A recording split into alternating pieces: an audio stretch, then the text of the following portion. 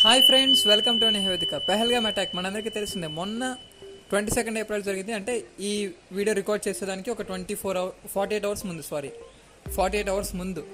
And దీని తర్వాత చాలా డెవలప్మెంట్స్ వచ్చాయి. అమిత్ షా గారు అక్కడికి వెళ్ళటం, వెంటనే అక్కడ పరిస్థితిని సమీక్షించడం, అండ్ నరేంద్ర మోదీ గారు సౌదీ అరేబియా టూర్ నుంచి మధ్యలోనే వచ్చేసారు.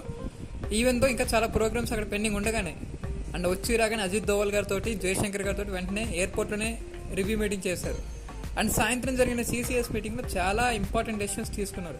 లైక్ ఇండస్ వాటర్ ట్రీటీని రద్దు చేయడం కానీ, అంటే ఇన్ ద సెన్స్ దాన్ని కొన్ని రోజులు హోల్డ్లో పెట్టడం కానీ, ఇట్లా చాలా డెసిషన్స్ వచ్చాయి. అండ్ రాజ్నాథ్ సింగ్ గారు డిఫెన్స్, నేవీ, ఎయిర్ ఫోర్స్ వీళ్ళందరితో ఒక మీటింగ్ కూడా పెట్టారు. ఈ మీటింగ్లో ఏం చేయాలి, ఎలా చేయాలి, వార్కి మనం రెడీగా ఉన్నామా, ఇవన్నిటిని కూడా సమీక్షించారు. అండ్ వాళ్ళైతే వార్కి మేము రెడీగా ఉన్నామని చెప్పారు. And as well as CCS మీటింగ్లో కూడా చాలా విషయాలు డిస్కషన్లోకి వచ్చాయి.